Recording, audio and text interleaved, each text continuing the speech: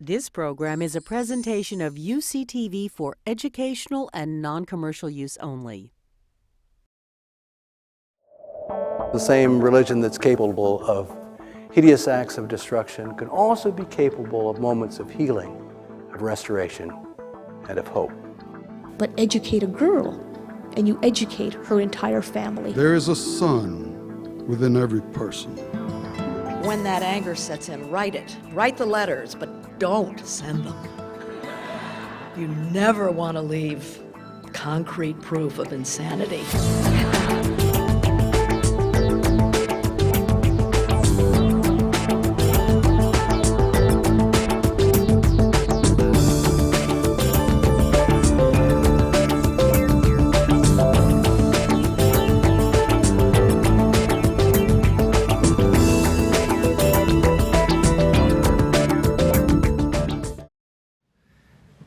Good afternoon.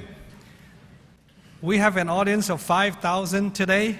Most of you were here in the morning. It is amazing that you are still so refreshed and excited.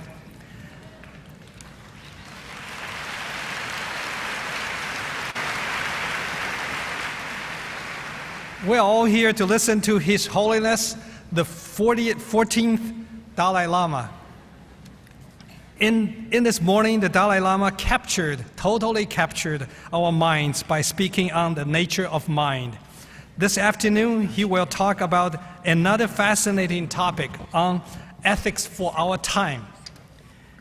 I'm extremely honored to take this opportunity to sincerely thank our community friends, our donors, my own colleagues, and our vibrant students for your support, which led to the success of today's big event. I would like to acknowledge my special colleague who invited the Dalai Lama. He's a former translator for the Dalai Lama, and he holds the Dalai Lama Endowed Chair in Tibetan Buddhism and Cultural Studies, Professor Jose Cabazon.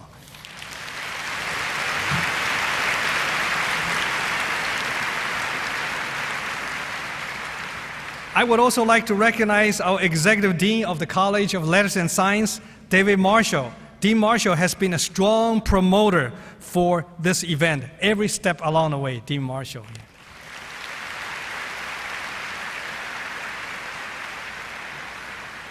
We feel so fortunate to have the opportunity to learn from Dalai Lama today and to be inspired by his message and his scholarship. The Dalai Lama is an incomparable Buddhist teacher. In every aspect of his life, he embodies the principles he teaches. Perhaps the best way to describe these principles is to remember that he was awarded the Nobel Peace Prize in 1989.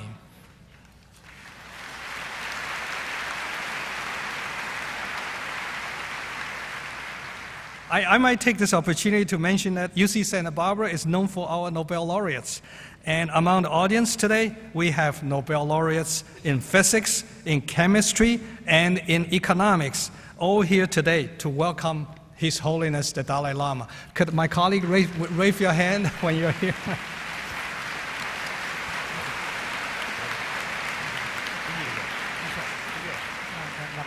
To introduce the Dalai Lama, we are honored to have with us the chairman of our University of California Board of Regents, Richard Blum.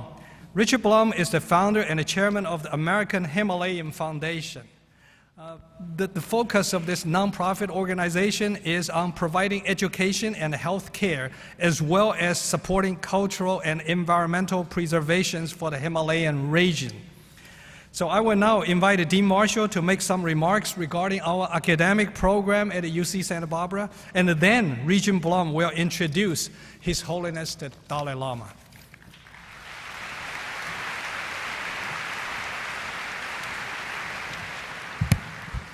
On behalf of the College of Letters and Science and UC Santa Barbara, I'm honored to welcome His Holiness to our campus, not only as a spiritual leader and head of state, but also and especially as one of the great teachers of our time.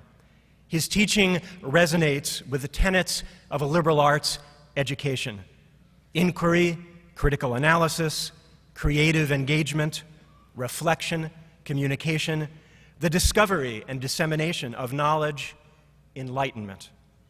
As a public university, we seek to educate our students to be citizens in the 21st century global society that California has become. And in recent years, we have become acutely aware that this global society demands an understanding of two often neglected areas of study: religion, or the diverse cultural traditions and beliefs that animate it, and ethics, the complex dialogue of meaning and value that informs our responses and responsibilities to each other and ourselves. We're proud to have a premier department of religious studies in the Division of Humanities and Fine Arts. It's known internationally for its interdisciplinary and comparative scope, as well as its program in Buddhist studies. Just over a decade ago, thanks to many people here today, we were honored to establish the 14th Dalai Lama Endowed Chair in Tibetan Buddhism and Cultural Studies, and then to appoint as its first incumbent a distinguished scholar, Professor Jose Cabezon. Under Professor Cabezon's guidance, our curriculum in this area now includes the study of religious and philosophical texts, Tibetan language, culture, art, and literature, and the rich intercultural dialogue that makes Tibetan Buddhism such an interesting interlocutor in the dialogues that give life to meaning. These contexts, including the public forums of our arts and lecture series, our University Art Museum Tonka exhibit, our library UCSB Reads selection of ethics for the new millennium, have turned our campus and our community into the ideal classroom for the lectures that we are privileged to hear today. And now, Mr. Richard Blum, Chair of the Board of Regents of the University of California, will introduce His Holiness. Thank you.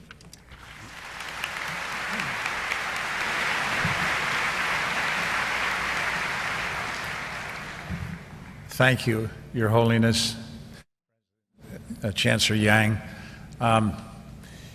You know, it's a bit of a problem because most of you were here this morning, and I had a few pretty good lines, and I don't know whether I should repeat them or not. But let me just say this. A day like this is totally unique for me because the two things I probably care most about are the University of California and the Tibetan people, and having been associated with them both for longer than most of you here, I think, have been alive.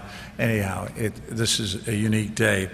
The university has had a long-standing relationship with His Holiness, and particularly UCSB. And the first professorship of the Dalai Lama Studies was here. His Holiness is going to visit two campuses, here in that smaller place up in Berkeley tomorrow. And as I said before, as chairman of the Board of Regents, you're supposed to be even-handed, and I did go to school at Berkeley, but when it comes to Tibetan Buddhist studies, there's no place like UC Santa Barbara.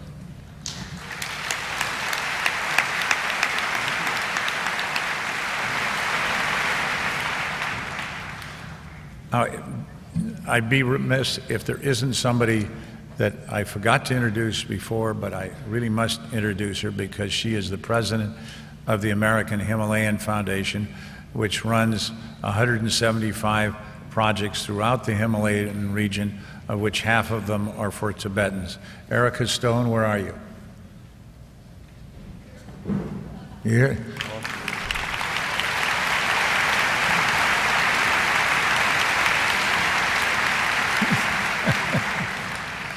Well, one of the great honors and privileges of my life is to have known His Holiness for 35 years. As some of you may know, in 1978, my wife, Senator Dianne Feinstein, and I visited Dharamsala to invite His Holiness to come to the United States. When he arrived in, I think, June of 1979, it was his first visit to the United States. The Chinese didn't want him to come then. He did come then, and he's been coming virtually every year, sometimes twice a year since then. as someone, I didn't talk about this before, but I really feel a necessity to say this. My wife and I and many others have, where we've been able to talk to the Chinese leadership for a long period of time, tried to reconcile the differences.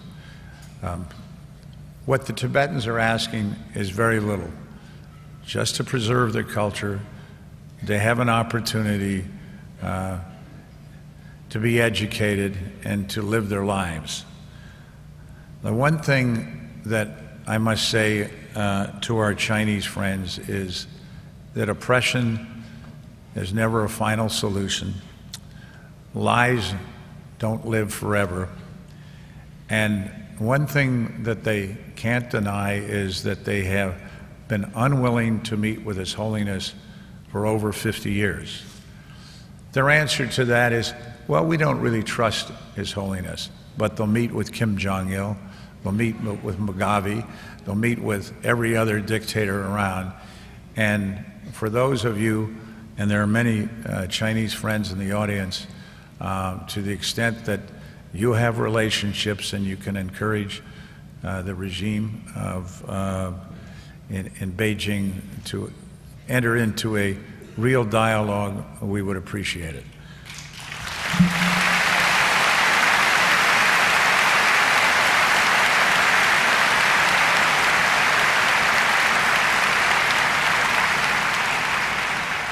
In the meantime, with the American Himalayan Foundation, the International Campaign for Tibet, we will continue to support the Tibetans whenever we can. I have followed His Holiness since he was a very young man. Of course, I was a very young man at the same time. As I mentioned earlier, we were reincarnated at virtually the same time in July of, I'd like to say 1955, but everybody knows that's not true. The difference, of course, is we know who His Holiness was in his last life. He was the 13th Dalai Lama, a great man, and he has certainly lived on in his tradition and inspires people from around the world like no other person that I know. My problem is that I did something bad in my last life and was reincarnated an investment banker. So between the Regents and the American Himalayan Foundation, I've been trying to clean up my act.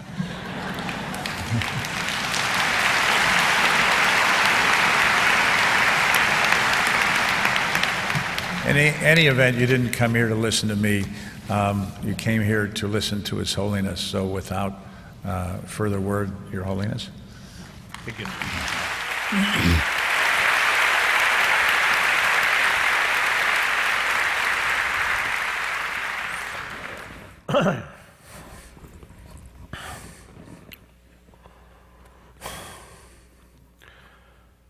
Dear brothers and sisters,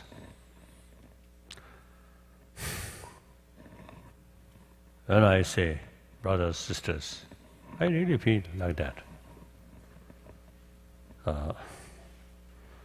Particularly this moment, we really need that spirit. And our usual concept, we and they, is, I think, outdated concept. Now we must have a concept that take entire humanity as our brothers, sisters, and then should consider part of we. That's much better. Because there are many problems which are facing, essentially man-made problem. That's really unnecessary. On top of nature, because the problem. It's quite enough. The additional man-made problem, is it wise? Certainly not. So all these, I think ultimately, our concept we and they. And don't bother about their interest, about them. And worst thing, no hesitation to exploit on them. Cheat on them. So therefore, I always say, telling people, now we need a sense of global responsibility. Think, 6 billion humanity, equal. Just think oneself is actually foolish. Every our sort of move, suppose bring happy life. No one deliberately carrying some work, some action in order to bring problem or suffering. So everybody is moving with the intention to bring happier days. But then because just think oneself and don't care about other, so they, because of that kind of motivation, our action become then unrealistic, wrong action. As a result, these unwanted problems essentially created by ourselves. So therefore, we really need the healthy, proper mental attitude. I think that's very important. I think we pay adequate sort of attention about material development, about material values. Compare that, we pay much less attention about our inner value, about our mind. So therefore, now I think out of our past experience in 20th century, we invented many advanced things in technology with the help of science development. So, but sometimes some technology bring more fear, more anxiety. So now, judging from our experience which we gained in 20th century, now we are in 21st century. I think out of our past experience, now we have to think, what is wrong? Essentially, not working. Test, okay now. So what I'm saying, I forget now. Oh, yes, matter is matter, no mind, isn't it? So the matter utilized by human being, that means ultimately matter used by mind. Something like that, isn't it? And then the very matter of happiness, joyfulness, is kind of mind. Mental state. Mental state, mental feeling. And similarly, pains and, of course, this I mentioned this morning. So apologize, I repeat that. So the pains and sadness, these things also, mental feeling.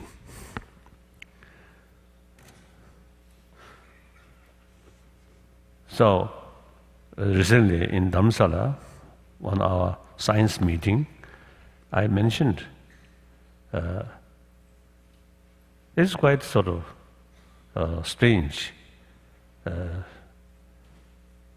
the very basis of pains and pleasure, that's mind.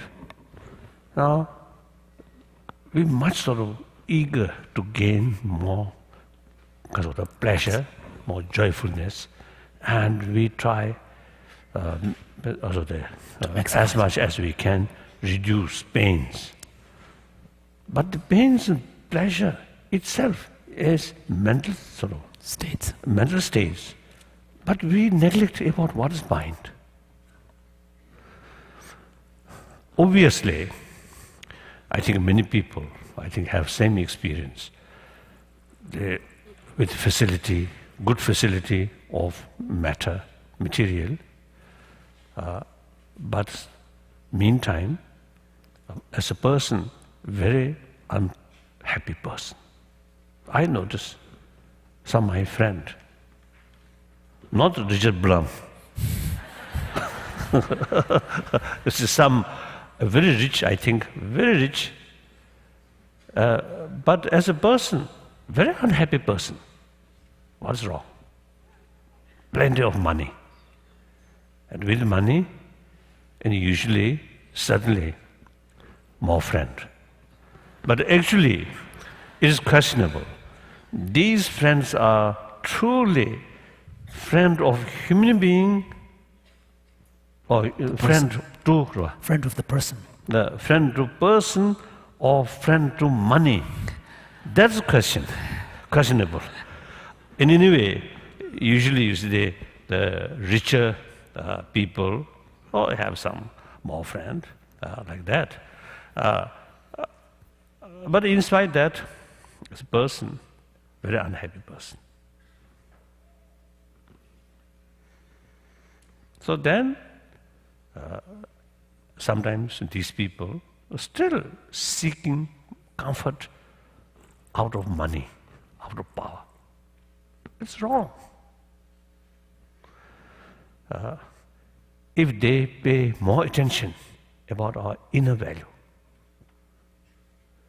inner science, then most probably they may find more effective way to face their unhappiness. What do you think? Some sense?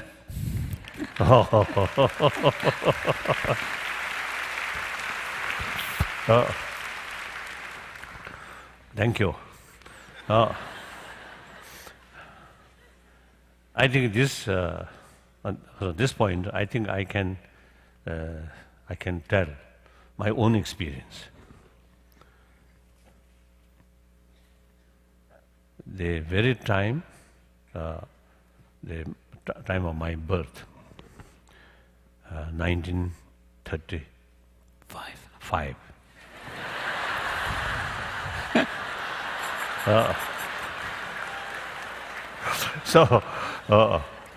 So at that time, about to start a Nazi sort of power in Europe, in Germany.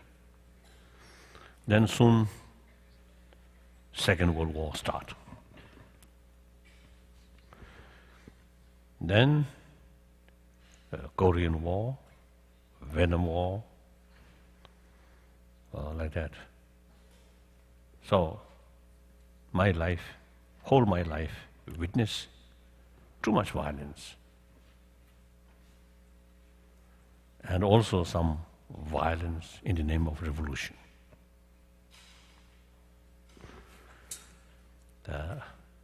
I think most cases fail to bring real happy world, healthy world.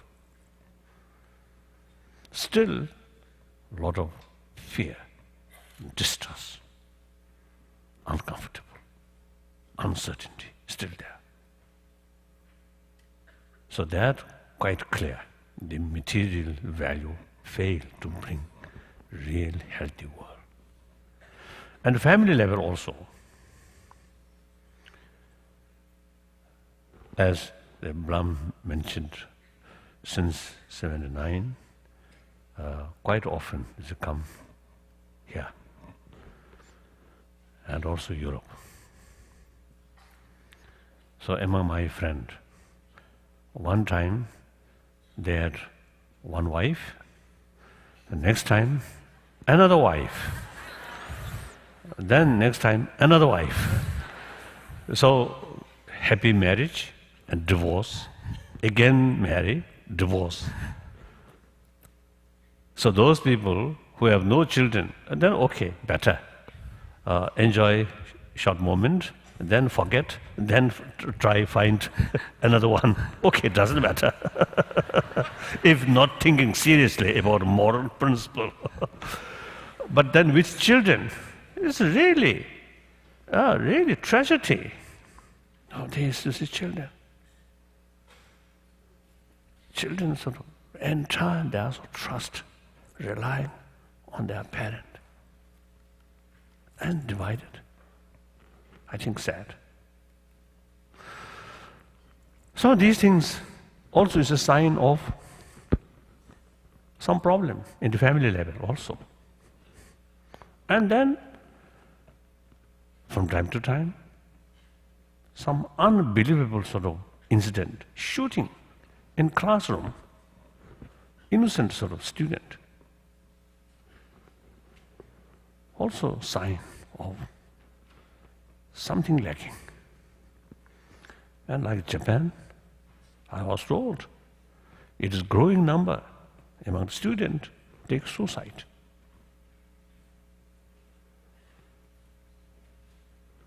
So one time in America, we have some meeting about the problem among the youth. There are, because some medical scientists, some educationists, some sociologists, social workers, psychologists, and psychologists. Or psychologists. At that meeting, almost unanimous sort of conclusion. These problems because lack of affection in the family, in the environment. So now in China, people talk about China. As far as material thing is concerned, now rapidly developing. But there are quite a number of cases of mental problem. So therefore, and then is my own sort of now case. And then at the age 16 year, I lost freedom and remain constant fear, suspicion, difficult. Except short period. 54, I went to Peking, and few months I remained there, I stayed there, and I had several meetings with Chairman Mao, and of course, most of the leaders at that time, I had sort of meeting. As a result of these sort of meeting with these people, these leaders are genuine revolutionary. Their whole life truly dedicated for the well-being of the people, especially working class people. Wonderful. Then, particularly Chairman Mao, at that time, so I really developed genuine respect and admiration about his sort of work for revolution. And many party members, many of them, the member of Long March. So really dedicated. So then 55, I returned from Peking. So on the road, I met General Zhang Guohua. Is the sort of in our autonomous sort of preparatory committee, he was the deputy chairman. So on the road, he come from Lhasa to go to Peking. I come back from Peking on the road in Gongbo area. We met, but then I told him, last year when I coming the same road, coming to Peking, my mind full of suspicion, fear, doubt. Now I'm coming back full of confidence. So then that feeling till 56. So except that period, it's a constant fear, doubt. Then age 24, I lost my own country. I lost 50 years now. Still a lot of problem, a lot of sadness, a lot of heartbreaking news. During this period, money failed to bring peace of mind. Consolation. Consolation. Of course, I used to watch. So some beautiful watch also failed to bring inner comfort.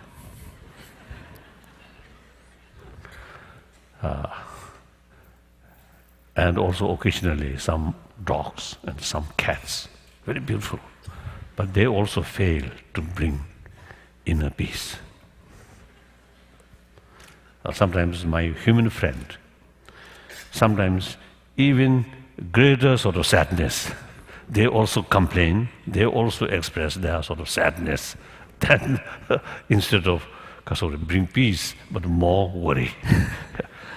But then only thing which bring inner peace is my own inner value, compassion,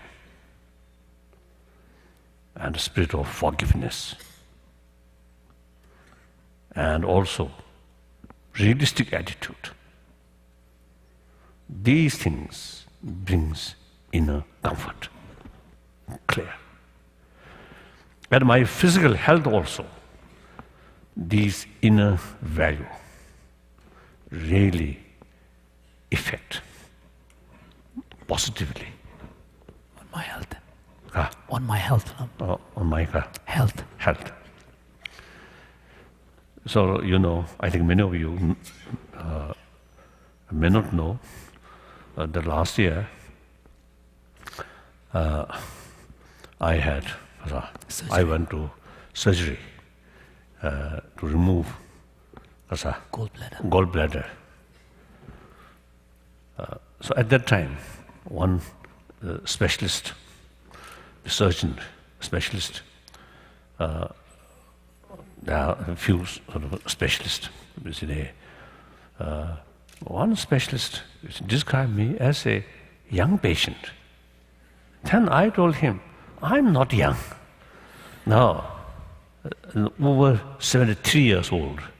So then he says, yes, I know your age, 73, over 73, but your body looks still like 60-year-old. So he described as a young patient.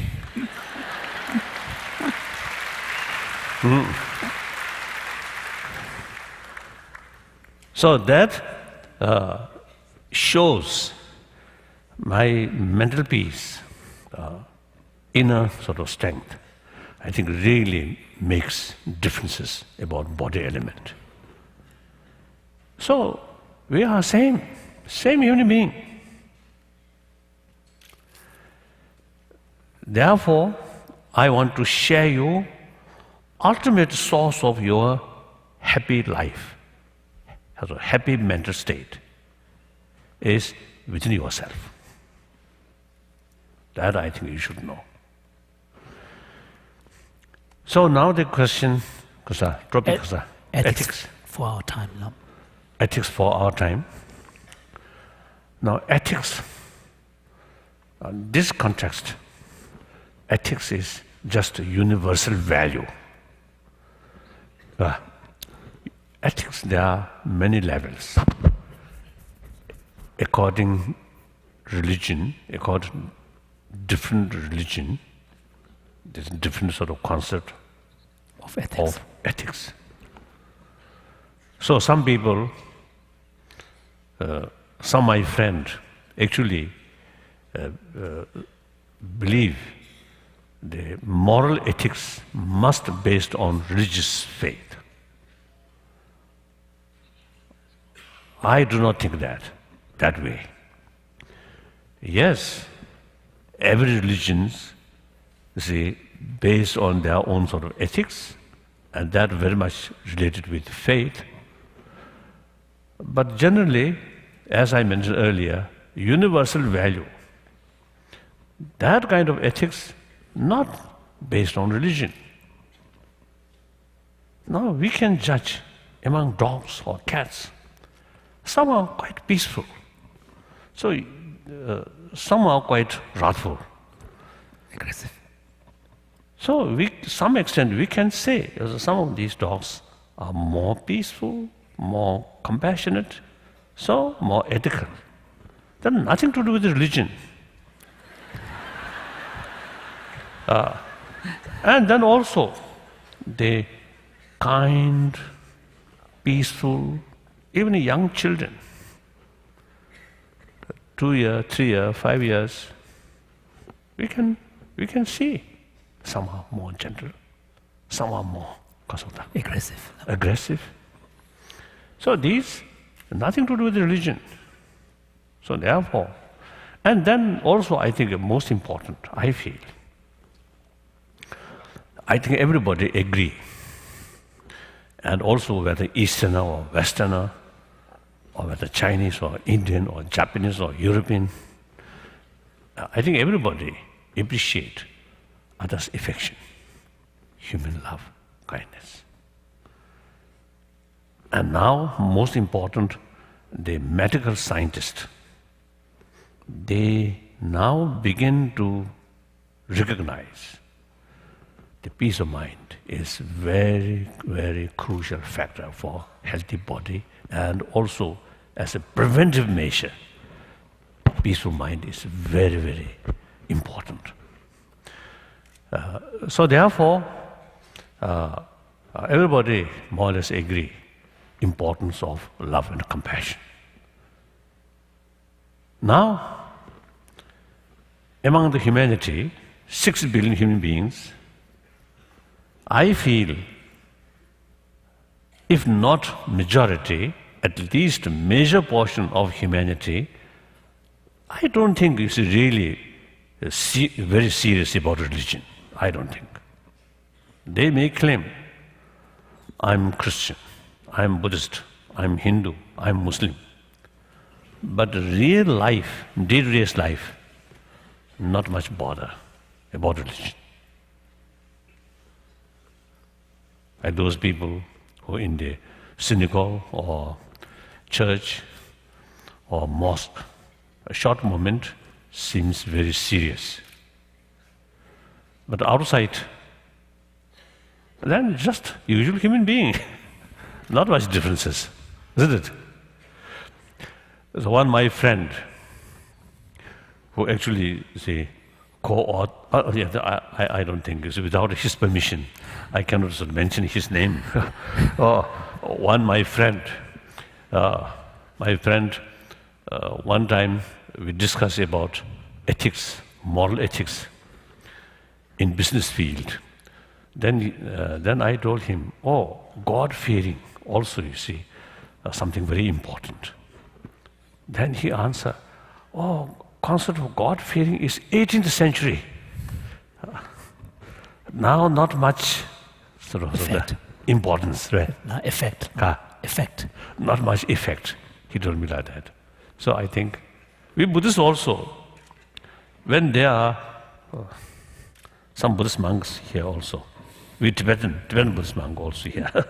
So we sometimes, you see, we preach other people contentment, but in our own house, we need a lot of articles.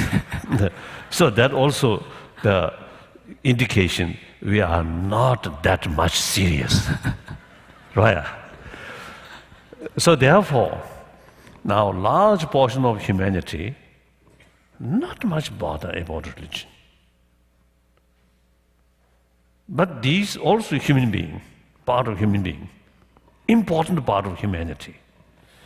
So we must find ways and means to reach these people about importance of moral ethics.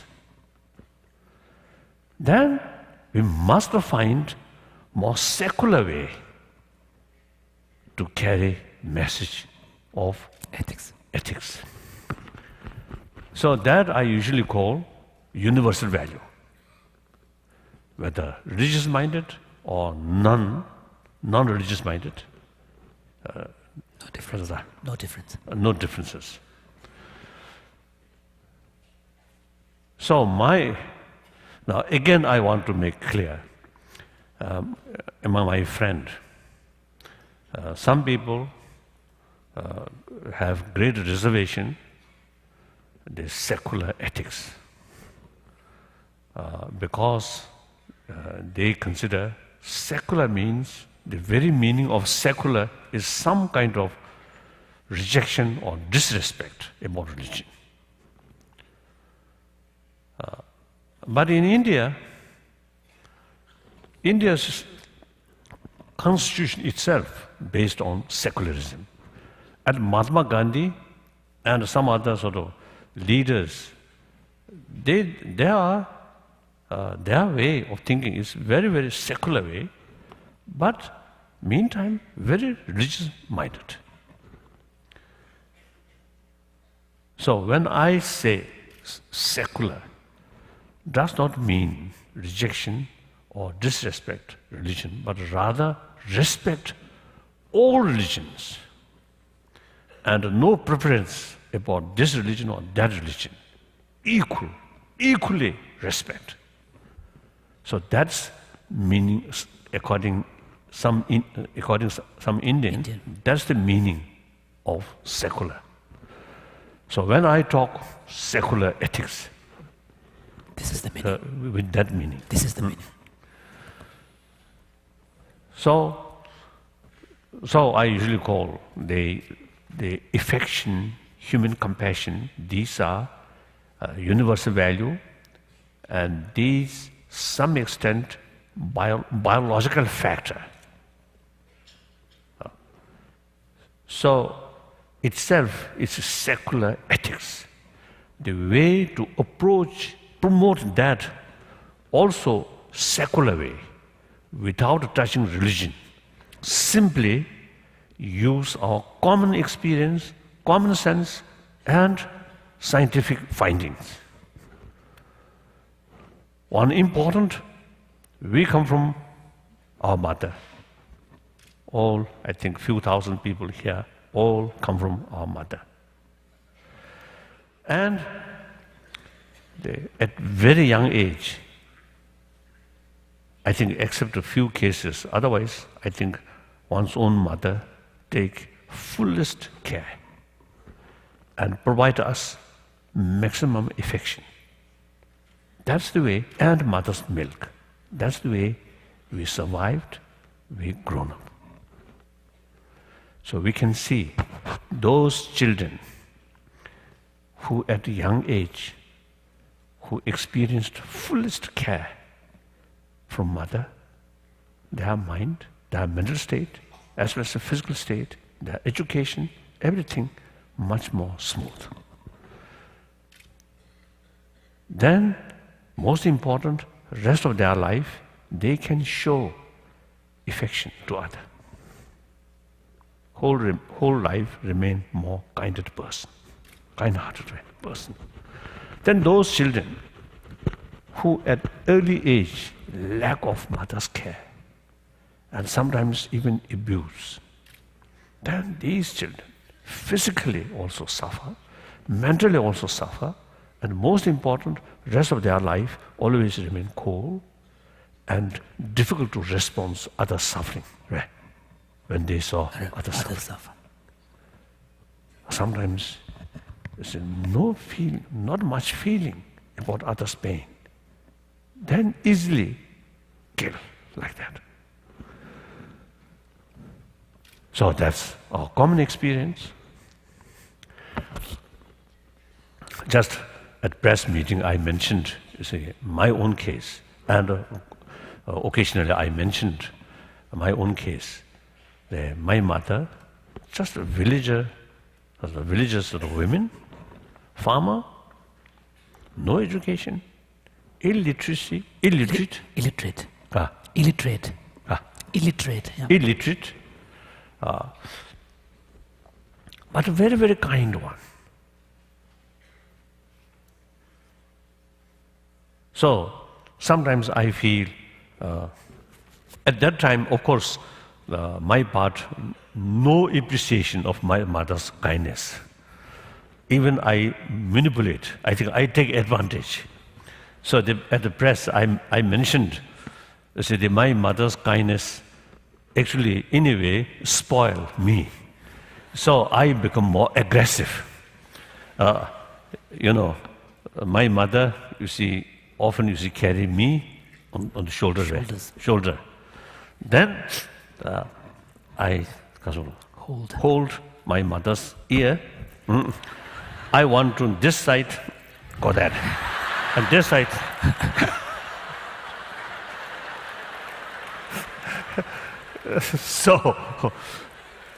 So one young boy, such a sort of stupid bully on one's own mother. So I think my mother's kindness a little bit spoiled me. So now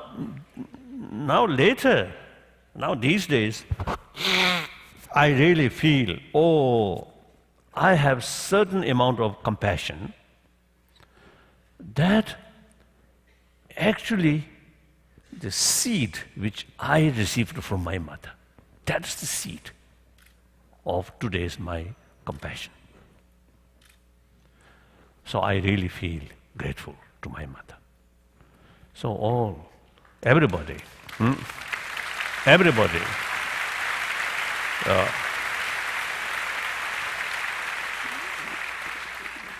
generally speaking, it's the same sort of experience. So everybody, come our life, where? Begin our life. Begin our life under mother's affection. So, now here, the affection, in some extent, or affection here, I usually make distinction. Love, compassion, affection, biased one, and unbiased one. Biased one, limited. Unbiased one, infinite. The biased one is more simultaneous. Spontaneous. And that very much related with biological factor.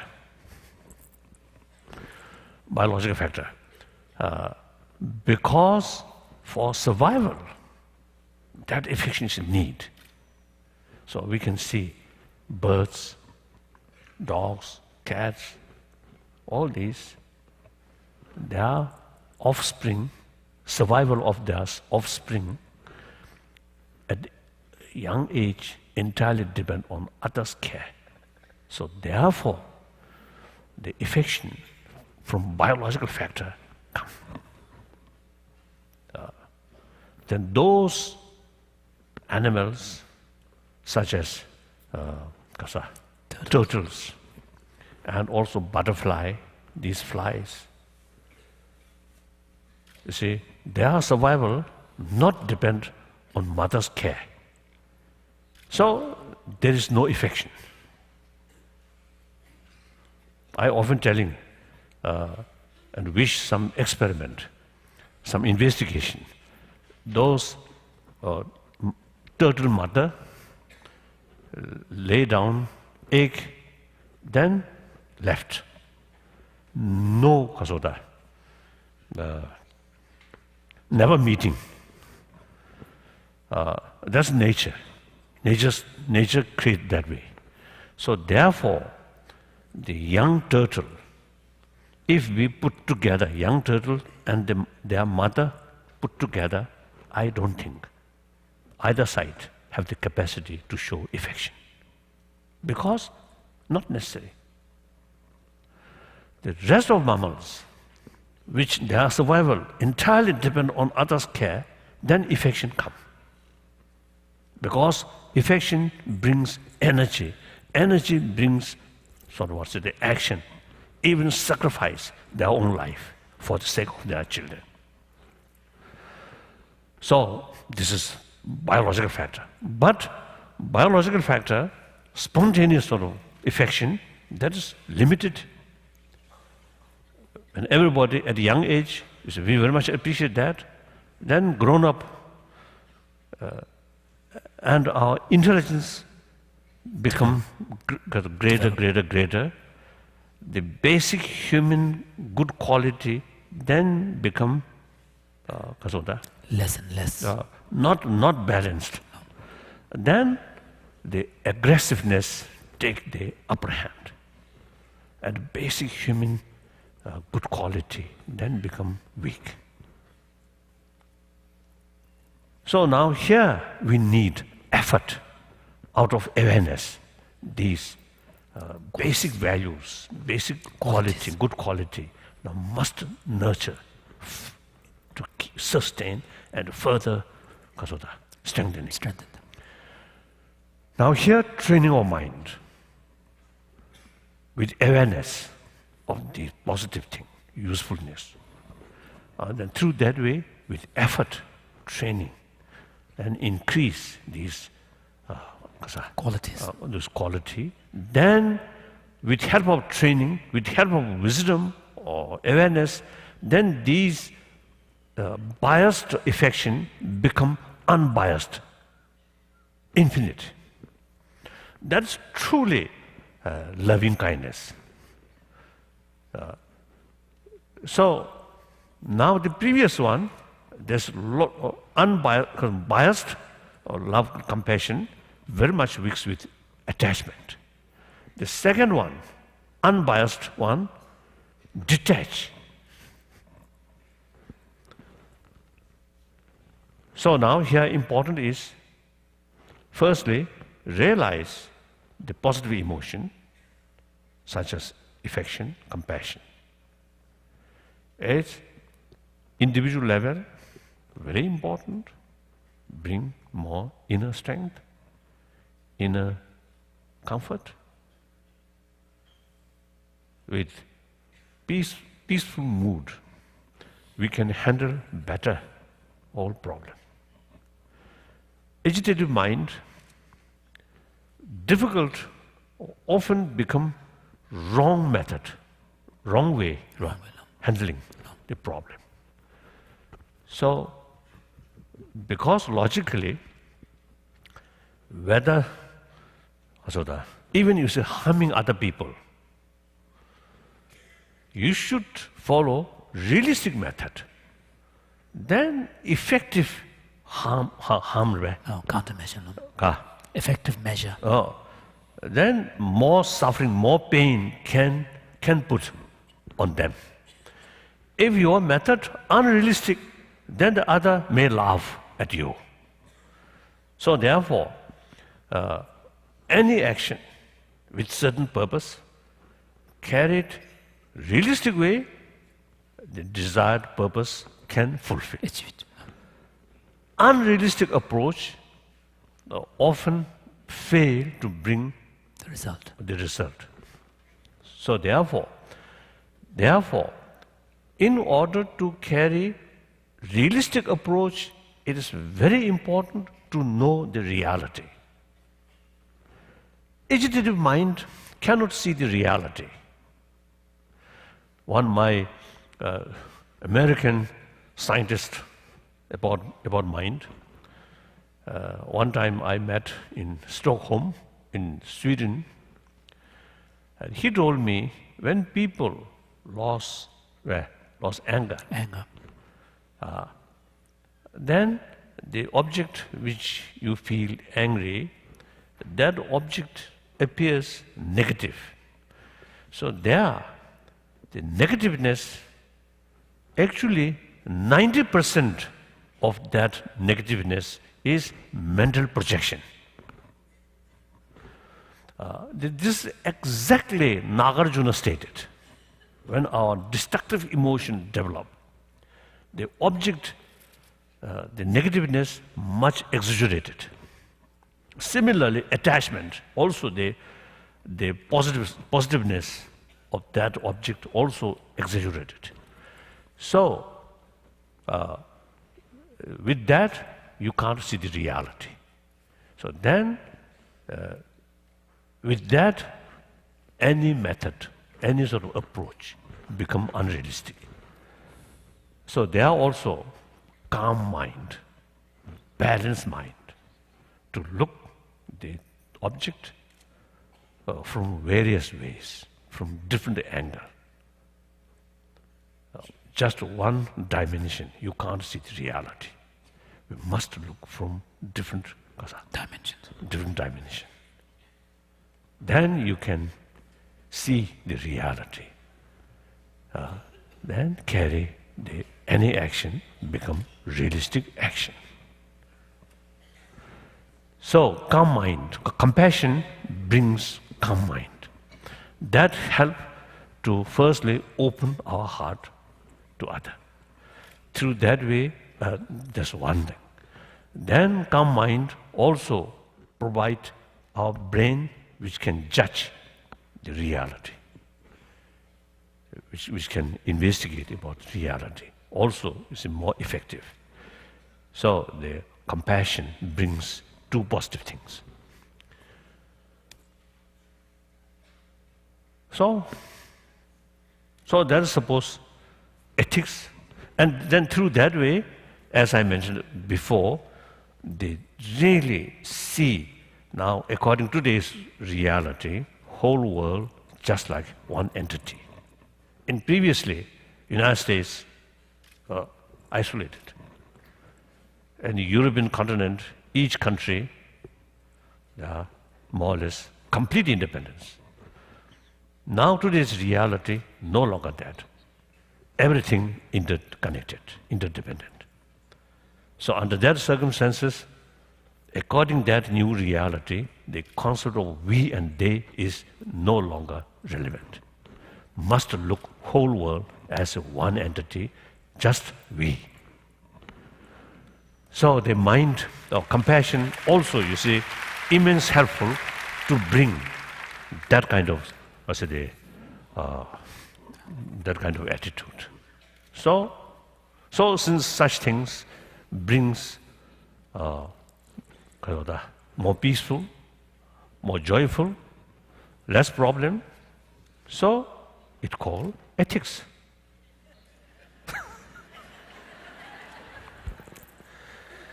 So that doesn't matter.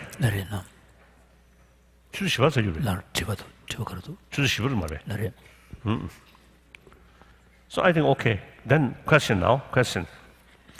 So one thing I want to tell you, I'm nothing special. I'm just another human being, just like you. So when you listen my talk, you must feel, oh, I'm listening another human being, which we all have, as just a human being, so we all have sort of same potential. So therefore, from that person's sort of experience and relevant to yourself. If the audience consider Dalai Lama is something very special, then my talk become useless, because you see, oh, you feel, oh, Dalai Lama is something very special. We can't do, we can't follow, you see, his experience. That is silly. And sometimes you see, people, even you see, they believe Dalai Lama have some special sort of healing power. Healing power. So sometimes I told, since my operation, so if I have real healing power, then the surgery is not necessary.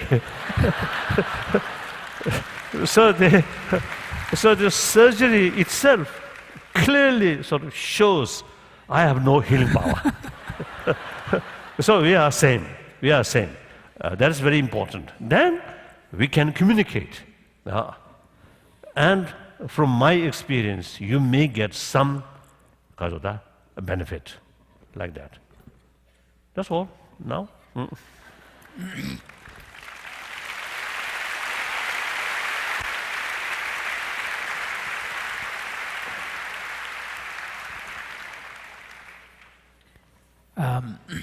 How would you advise college students who are engaged with social and political issues apply their passion for humanity to the world, considering the inevitable corruption in all areas of life, government, state, church, etc.?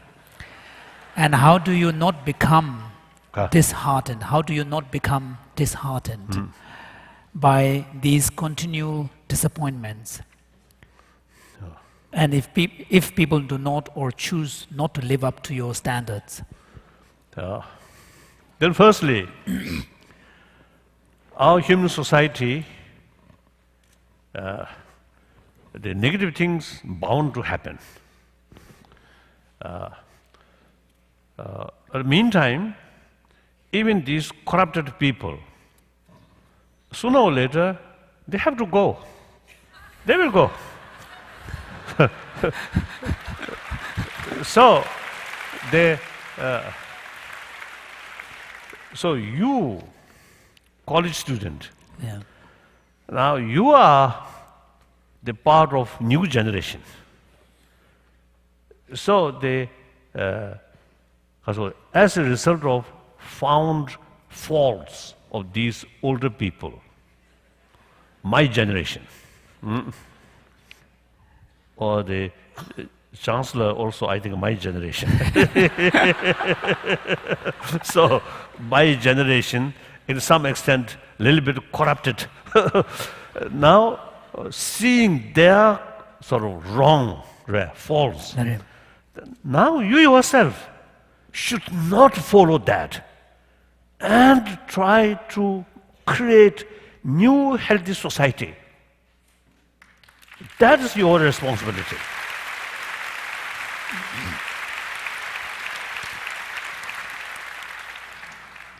New healthy society cannot sort of develop or cannot bring by government regulation, but from family, from individual. Healthy individual, mental healthy, outlook, wiser, right? And that way, in your family, becoming more sort of healthier mental attitude. And byproduct, physical health also come automatically. Then 1 family, 10 family, 100 family, 1,000 family, that means community. More healthier, more compassionate community. One my Mexican friend once told me the zone of peace in their own area, some family group, they create sort of in certain area zone of peace. So within that is a quarrel, sort of what's the fighting. Arguments should not take place. So that also I think good. Finally, our vision should be whole globe, whole world should be demilitarized, a zone of peace.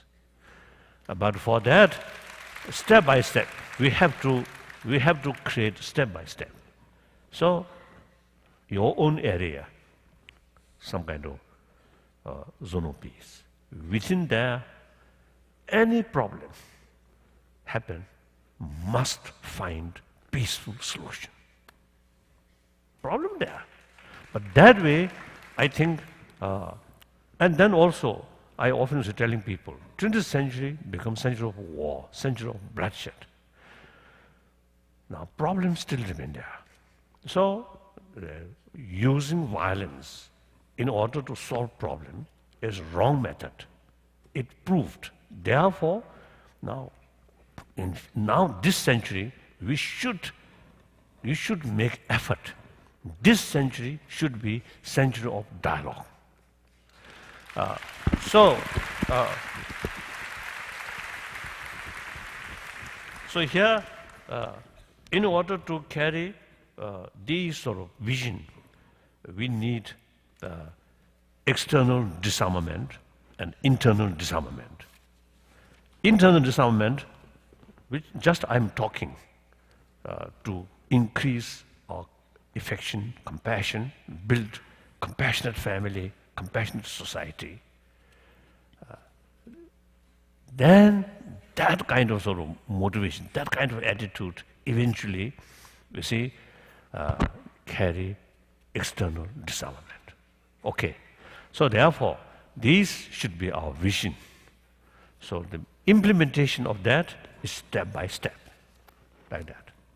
So that's young people's sort of special responsibility, and you have the chance, like that. Next question. What is your view on conserving the natural environment from an ethical perspective?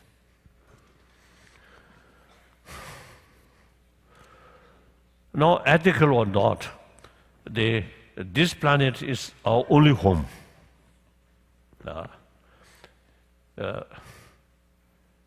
And of course, I'm monk, no children. But most of you have children, grandchildren, so you have to think about their life, end of this century and next century. You have to think. So therefore, the environment issue and also our lifestyle, now some connection that. The consumerism, always use consuming and luxury style life. Meantime, population increasing. Now here, I think one critical thing is the gap rich and poor, global level and also national level. One time in Washington, I expressed this is the capital of most richest country, but in Washington suburbs, there are many poor people. So we must deal this problem. So we must, this gap is not only morally wrong, but practically also source of problem. So we have to deal these things. So therefore, thinking, so new thinking, new look, our lifestyle, and including environment and the nature resources. And cycle recycling. Recycle these things. I think these are all. I think one good news is many years ago, one time I was in Sweden, in Stockholm. One my friend told me some years ago in river in Stockholm, you see, no fish because of too much pollution. Now they take a special sort of measure about the protection of pollution. Now begin appear some fish. And also one occasion in Germany, actually, you see, I visit some factory, very clean factory, although more expensive, they told me, but the result or effect for environment is immense. So we have the technology, we have the capacity without damaging economy. Without damaging economy, the full sort of protection of environment. So these are, I think, wonderful. So think these lines and implement. So because of the Jimmy. Very long So ago. therefore, these are meant for our next generation, next generation. That I think very important. That also some kind of Ethics, responsibility. ethical responsibility. Like that. I think the world today's economic crisis, in a way, I think good lesson. There's a limitation. Many.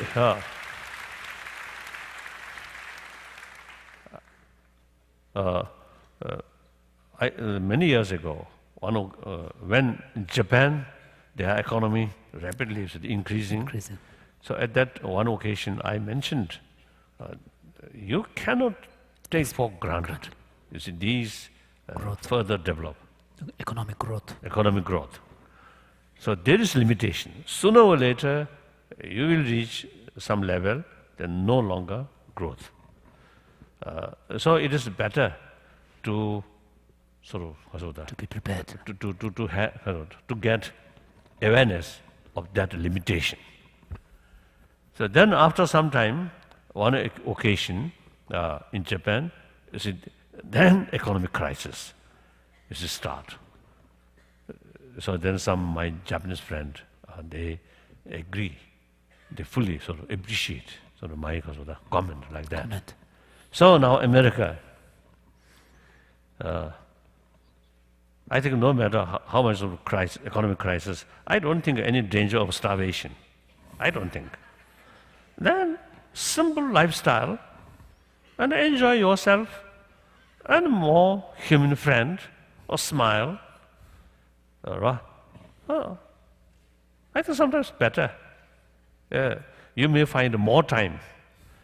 If you become slave for money, then always run here, there, and also thinking only money. Then also sometimes necessary to tell lie, to cheat other people, wasn't it?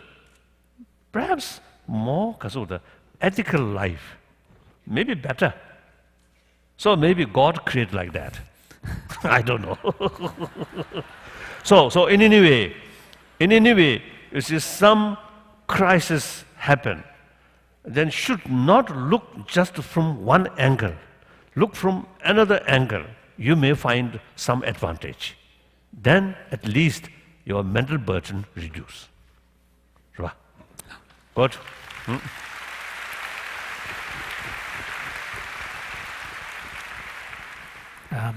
These are some personal questions. Do you live in the simplicity of Tibetan ways? Do you still eat tsampa? Correct. Tsampa. Tsampa. Alone. And do you have a garden? Do you have a garden? Garden? And do you garden? Garden chigi No. Yes. At Dharamsala, I have one greenhouse. Greenhouse and different variety of flower. I love flower. And sometimes the Dharamsala climate too much wet and hot. So some flower, my favorite flower, like delphinium, in Lhasa grow very well, but Dharamsala difficult. Otherwise, there's a lot of, and also different kind of new flower also there. So myself gardening now no longer. Just enjoy their color, their shape, and without touching.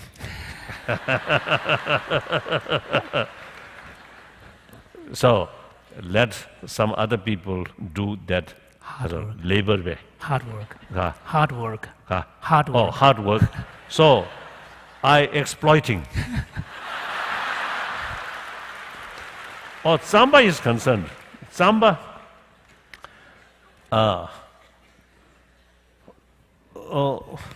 I think more than 20, 30 years ago, then I didn't have Tsamba. I did not take Tsamba. Just bread, like that. Then Tibetan, coming from Tibet, then I advise, and also I learned some nutritionists say that Samba is very good for health. And later I found some Chinese also now fond to take Samba. So therefore, I advise the Tibetan. One time, there was one Tibetan who visited Lhasa, who visited in Kham area, and while he going and coming back, he spent some time in Lhasa. Then I just casually asked, what kind of breakfast? Then they say, breakfast with the Chinese style, what called kasa? Shifen, dedu. Rice noodle, yeah. Oh. Rice porridge. Oh. Then I a little bit surprised. The people in Lhasa, Tibetan, now the food style, right? Also is changing. Then I start take Samba. While I'm advising the other Tibetan, you should take Samba. So I myself felt must take Samba. So at the initial, because I think at least I think about 2 decades not touching Samba. So when first time Samba take, it was a lot of problems, stomach. What say? A lot of things come from there. So then I adopt scientific way. One day, 1 spoon Samba. That about 2 days, 3 days. Then 2 more spoon. Then 3, 4, 5, 6 spoon. Then eventually, okay. So now, since then, I always take my breakfast, except in aeroplane. One time, my German friend, Do you mean? I was a flight attendant, yeah. Working, yeah. In aeroplane. So one time he brought some Samba in aeroplane. I surprised. Otherwise, except in aeroplane, otherwise I always carry my Samba. And actually, you see, one story was from, this was back, very useful.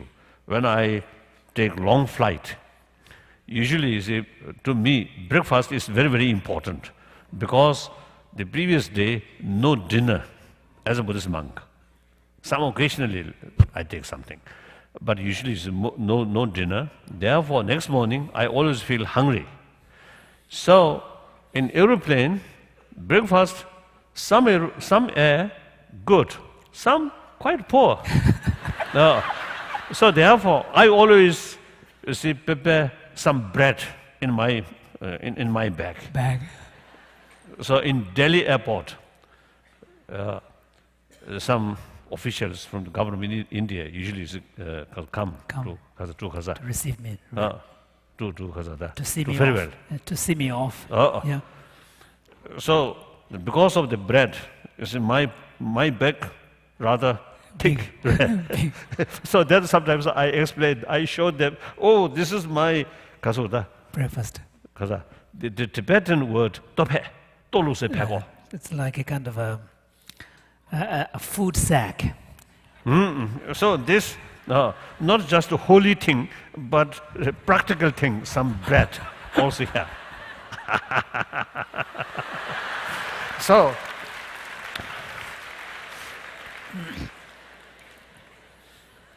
I think here some Tibetans, I think eating Samba is very, very important. I think very good for nutrition and also for blood pressure and some other, I think the sugar level. Some people say very good for preventive, like that. Then? In the documentary Unwinking Eye, it's a television documentary program, Unwinking Eye, you meet with scientists concerning the interface between science and Buddhist practices such as meditation. However, you say that neuroscience is unable to truly understand the systems which underlie and integrate science and religious practice without understanding of reincarnation. If we as scientists are to explain phenomena from the perspective of physics, genetics, neurobiology, and so on, what are the major philosophical and systemic issues that have to be dealt with in the sciences in order to make sense of reincarnation? Now here, firstly, I always keep my mind from my tradition, that's Buddhist tradition, from my tradition, how much I can contribute for well-being of humanity. Never thinking how to propagate Buddhism. Now, meeting with scientists, discussion with scientists, the main motivation, not seeking some kind of backing Confirmation. or Confirmation. from science. Simply sort of mutual learning. Explore. There are certain things which not that much detailed information in Buddhist science as far as material is concerned, matter is concerned. So very helpful to learn from them. Then science of mind is concerned, Buddhist or ancient Indian thought, quite rich. So we can able to give them some information, new information. So I always say, make clear, our dialogue is not dialogue between science and Buddhism, no, but science and Buddhist science. Buddhism divided three parts: Buddhist science, Buddhist concept or philosophy, Buddhist religion. So, about rebirth or salvation, nirvana, these things are Buddhist concept. Truly Buddhism. So, nothing to do with science. Science about mind, about emotion, and how to deal emotion on this conventional level. Like that. So when we reach now a certain sort of concept, then I usually say, oh, this is Buddhist business. And also some my Christian friend, or late, for example, late Father Wayne. Brother Wayne. Brother Wayne. Wayne Teasdale, yeah. He very much sort of showing interest about Buddhist practice. Of course, meditation, practice of loving kindness or forgiveness, these things. Yes, these are common. Then one day, he even, you see, showing interest about Buddhist concept of selflessness. Then I told him, this is Buddhist business, not your business. So there's different sort of concept. So everything mixed is not much interest. Like that. So like that. So our sort of dialogue with modern science is Buddhist science, not Buddhism. My son Renon will be in the audience today, and he would like to ask Your Holiness the following question. How will I find my mother, my mom again when she dies? I don't know.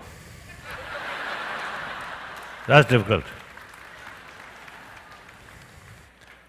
And practically also, my own mother, I want, where my mother, but I don't know.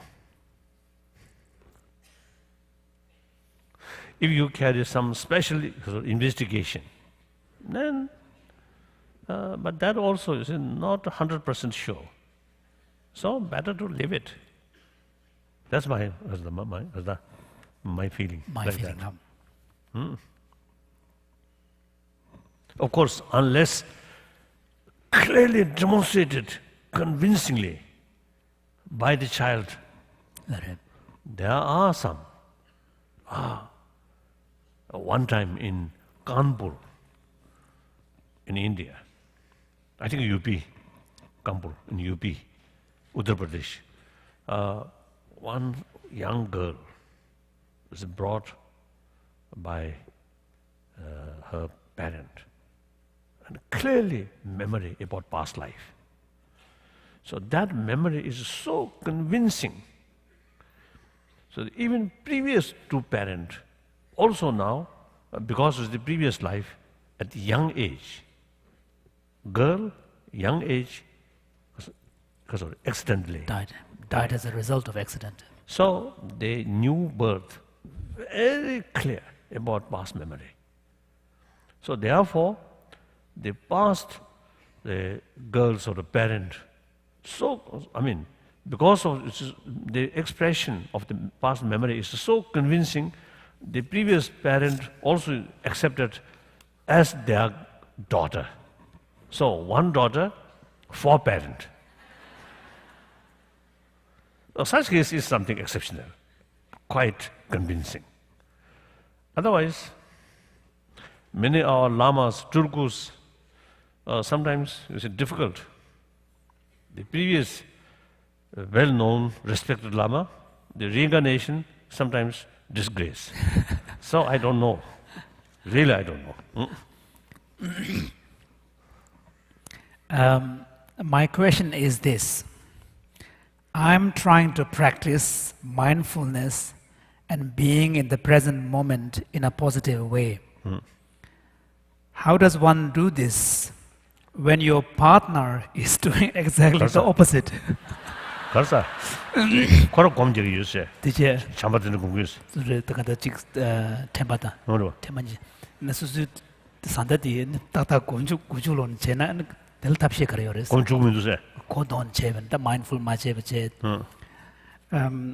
So how does one remain mindful and positive without being judgmental and getting emotional?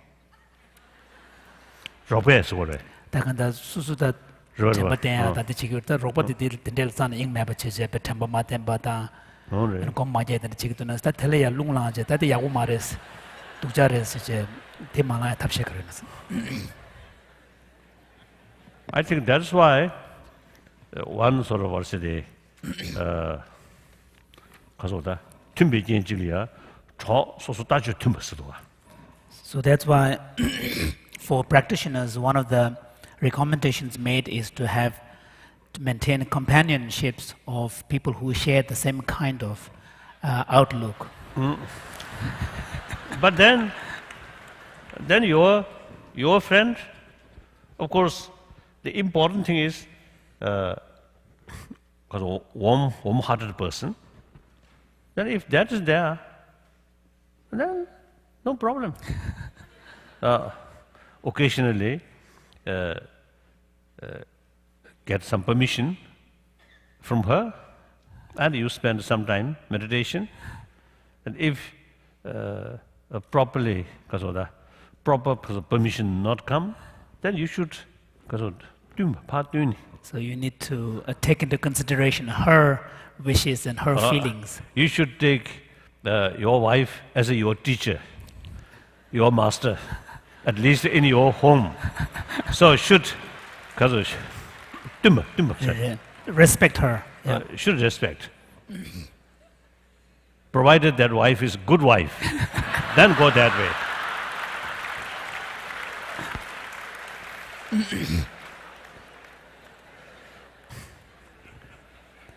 So that is one consolation survey. Consolation for monk, celibate person. Now we are truly independent. The married person, of course, short moment very happy, but actually half your freedom lost.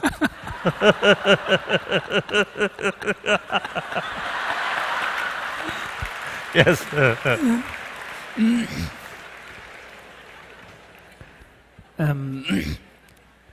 Do you think it is possible to be a political leader and a religious leader at the same time, and at the same time be effective at each job? Basically, no contradiction. Right? Religious person, religious leader, at the same time, the political leader, as an individual level. But as an institution, I think the former, at least the last, I think, nearly 400 years, the Dalai Lama institution become head of both temple and spiritual. I think that outdated. So therefore, since 2001, we already achieved the political leadership must come through election. So since then, my position is semi-retired position. So that's much healthier. And the system, I think democratic system, in spite of some drawbacks there, but still, democratic way is the best way. So we also, you see, implement that. So I think as far as democratization work is concerned, we, small refugee community in India, much advanced than People's Republic of China. That's clear. That's very clear.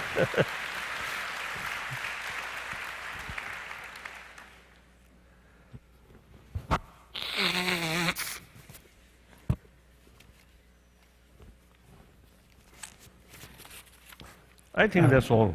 That's one last question. Last. Yes. I think still. Okay. 15 minutes. My question is, how does one stop the internal struggle and keep the peace in the face of stress, such as financial worries, relationship problems, and physical pain, and so on? When life becomes such a hard work, how do you maintain a peaceful and happy heart? Mind, like matter, many components. There are many components. Many components. Even tiny flower, lot of particles. Then, you see, bring shape, color, life, all these things. So similarly, mind, not just one single absolute one. No. Many elements. So as I mentioned earlier, healthy mind. Firstly, of course, compassion, these things are important. And also wisdom or intelligence, also very, very important role. Then each compassion, practice of or training of compassion, and the training of intelligence or awareness, many other elements. And then, as external thing, the development of the flower need certain time. Time factor also important. So similarly, our mental change, transformation of our emotion also take time. So the regular effort, consistently, very important. One short period, rigorous sort of training, then nothing, then again not good. Like flower, they're watering, sun regularly, not too much, not too little. too little. So similarly, training of our mind, also quite similar. We take various sort of aspects. Right? Some Tibetan master say, learn all. When tenzing lo shukcharu duduna, midawa samdons. Tawa, tanjog leading the Tagazik Toname Suchituna, Tanjing of samdons. This would do. Tenzing lo shukshamu guduna, ya dame but all samdons. Zankorko kudu lo jaya the casual. So there's a Tibetan saying by masters who say that if observing your own kind of mental states, if you recognize that there is a greater tendency towards kind of grasping at things to be permanent, then you need to apply the antidote, which is to reflect more on impermanent and transient nature of things. And if you begin to recognize in yourself a tendency to take kind of your own time, not that seriously, then it is important to reaffirm your awareness of the preciousness of the human existence. And the existence as human being accords you the opportunity to recognize that preciousness. Similarly, if you begin to recognize in yourself a greater tendency towards grasping at your own self and ego, then again you need to apply the antidote to reduce that kind of strong grip on your own kind of personal ego. So this suggests that the specific application of antidote corresponding to whatever problems there are is crucial. And like a physical health, the immune system, if immune system good, then some viruses may not disturb much. But if your immune system, basic body's element weak, then even the tiny sort of germs or virus, it can create a lot of problem. Similarly, mental health is concerned. Your basic mental attitude is sound. Then, such as these sort of unfortunate things happening here, may not disturb much. But your basic mental attitude is weak. Then even tiny problems bring a lot of ups and downs. So now here, I think firstly, according to Buddhism or according to Jainism, which concept law of causality. Then all facilities which we consider something positive, ultimately all are under karmic or ignorance because of that. Domination. So anything which under domination of ignorance is essentially suffering. So when we face some problem, it simply indicates its ultimate nature. So nothing sort of surprising. The body, in spite, take maximum care, some problems. That shows its basic sort of nature is suffering nature. That's Buddhist viewpoint now. There are 3 levels of suffering. Suffering of suffering, suffering of change, and suffering of conditioning. Suffering of conditioning. Conditioning. So understand these things. Then there will be no surprise. Oh, it's quite natural. Isn't it? Now, for example, some people even avoid to mention death. The word death. Word death. And also, you see, they difficult to admit old age. More kasadi, nima. Wrinkles. More wrinkles and more difficulties. Oh, some old ladies, some old gentlemen, even their Knees knees shaking. Shaking difficult, but try to show perfect that way. So that's unrealistic attitude. So here now, a person's attitude, old age, right from the beginning, this is part of our life. And to become old, feel happy. I live so long. And also, the sort of each stage, there's its own beauty. Young, very young, is beauty, I feel, very honest. They don't know how to tell lie. Very good. I think human positive quality, at that time, I think very fresh. Then, of course, then eventually, another level of life, or sort of more able, feeling of more independent, and can do more, that also is its own beauty. Then become old, a lot of experience, that also, its beauty. So young one seek advice from their experience. So old people then can tell them advice from their own experiences. Isn't it? But you see, the young age, there's drawback. Middle age, drawbacks. Old age, drawbacks. Should know that. And finally, we have to go. That's part of our life. Logically, there is beginning, there is end.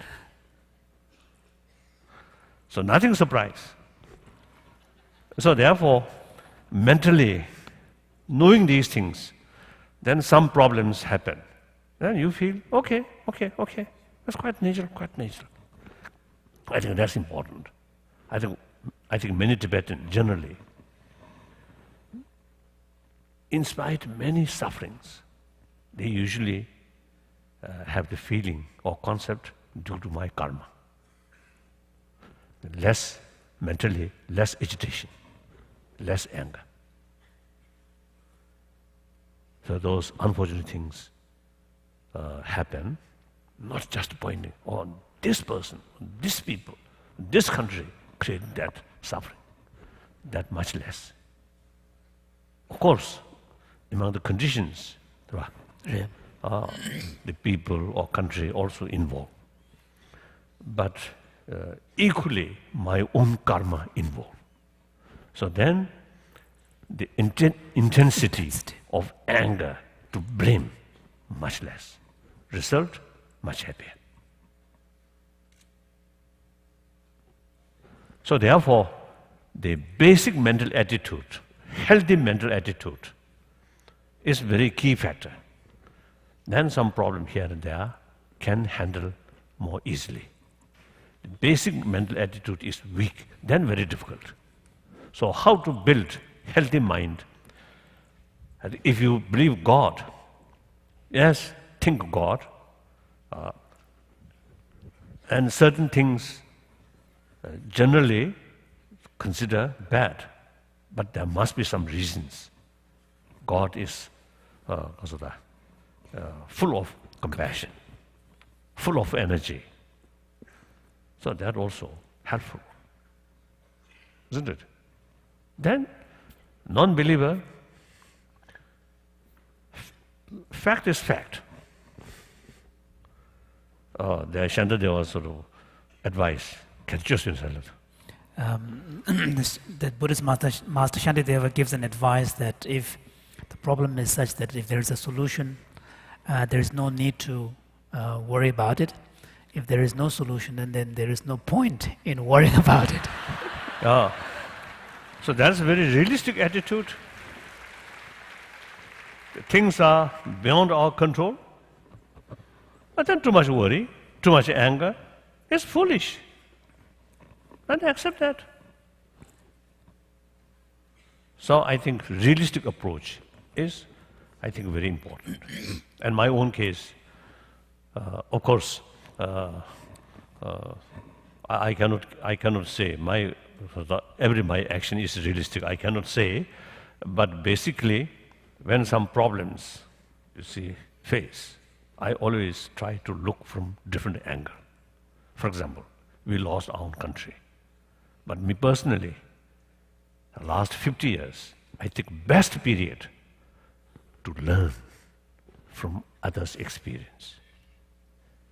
Many people who brought different tradition, I had opportunity to learn from them, and opportunity to learn from scientists. And also having opportunity meeting with various people, rich, poor, beggar, AIDS patient, or leprosy, and a spiritual leader, very useful. Each time I can learn something, gain experience. So if still, I suppose in Lhasa, in Potala,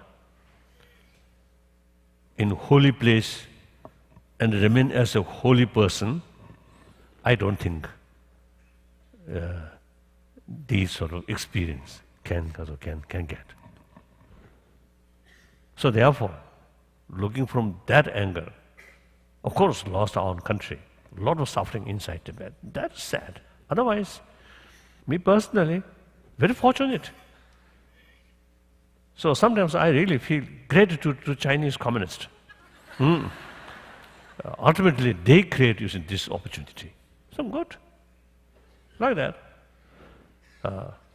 So looking from various angles. Then another thing, one face problem.